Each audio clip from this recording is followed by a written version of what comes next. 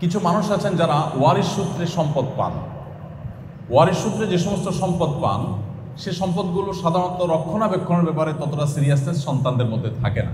আর যে সম্পদ মানুষ কষ্ট করে আহরণ করে, সে সম্পদের মর্যাদা তার কাছে অনেক বেশি থাকে, সেটাকে তিনি সংরক্ষণ করার অনেক বেশি সচেষ্ট থাকেন।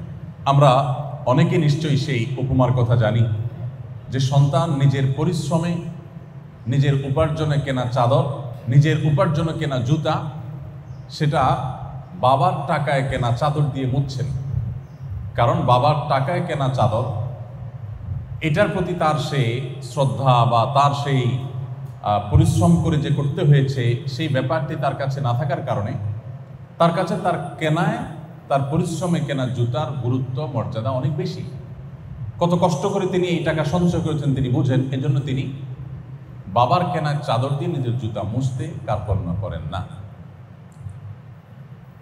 ইমানের ব্যাপারটা অনেকটা এরকম যে আমরা যারা জন্মসূত্রে মুসলমান, আমাদের একটা বিশেষ দুর্বলতার দিক হলো, ডিসঅ্যাডভান্টেজ হলো যে আমরা জন্মসূত্রে মুসলমান হওয়ার কারণে ইসলামটাকে কখনো বোঝার চেষ্টাই আমরা করিনি। ইসলামটাকে কখনো অনুভব করার চেষ্টা, উপলব্ধি করার চেষ্টা, হৃদয়ঙ্গম করার চেষ্টা আমরা করিনি। আমাদের ইমানকে যে কখনো পরিচর্যা করতে হয়, এই ধারণাই হয়তো আমাদের অনেকের মাথায় কখনো আসেনি। অথচ প্রিয় নবী সাল্লাল্লাহু আলাইহি সাল্লাম তার অত্যন্ত স্নেহের একজন সাহাবীকে বলেছেন জাদ্দিদু, সাহাবীদেরকে বলেছেন তিনি, জাদ্দিদু ঈমানাকুম, তোমরা তোমাদের ঈমানকে নবায়ন করো, রিনিউ করো।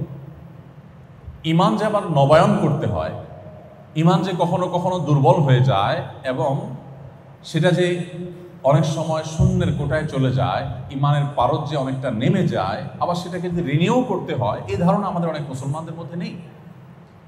যার কারণে আমরা অনেক কিছুর যত্ন নিলেও ঈমানটার যত্ন নেওয়ার প্রয়োজনীয়তা কখনো অনুভব করিনি। সম্মানিত উপস্থিতি, আজকের অনুষ্ঠানের মাধ্যমে আমি আপনাদেরকে বিনীতভাবে অনুরোধ করতে চাই যে আমাদের ঈমানটাকে আমরা সংরক্ষণ করবার চেষ্টা করি, ঈমানকে পরিচর্যা করার চেষ্টা করি। কিভাবে করতে পারি? প্রথমত, ঈমান সম্পর্কিত জ্ঞান অর্জন করার মাধ্যমে। ঈমান সম্পর্কিত জ্ঞান অর্জন যদি আমরা না করি, কিসে আমাদের ঈমান রক্ষা হয়, কিসে আমাদের ঈমান নষ্ট হতে পারে, ঈমান বিষয়টা কি, এগুলো সম্পর্কে আমাদের পড়াশোনা করা দরকার, জানাশোনা থাকা দরকার। আমাদের মুসলমানদের একটা দুর্বলতার দিক, বিশেষ করে এই সাবকন্টিনেন্টের মুসলমানদের একটা দুর্বলতার দিক হলো যে আমরা পড়ে শুনে, জেনে শুনে মুসলমান খুবই কম। আমরা ম্যাক্সিমাম মানুষ হলাম শুনে শুনে মুসলমান। শুনে শুনে মুসলমান আর পড়াশোনা করে মুসলমানের মধ্যে পার্থক্য আকাশ এবং পাতাল। একজন মানুষ যখন ইসলামটাকে জানার চেষ্টা করেন, বোঝার চেষ্টা করেন, এরপর তিনি ইসলাম প্র্যাকটিস করেন, তার ইসলামটা যতটা উপভোগ্য হয়, তার ইসলামটাকে তিনি যতটা এনজয় করতে পারেন, ইসলামটা পালন তার কাছে যতটা তৃপ্তিদায়ক হয়, একজন মানুষ গতানুগতিক মুসলিম হয়ে ইসলাম পালন করলে সেটি তার কাছে অনেকটা বোঝা মনে হয়।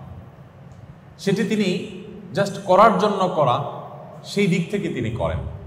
এই জন্য ঈমান সম্পর্কে আমাদের জানা থাকা দরকার, পড়াশোনা করা দরকার।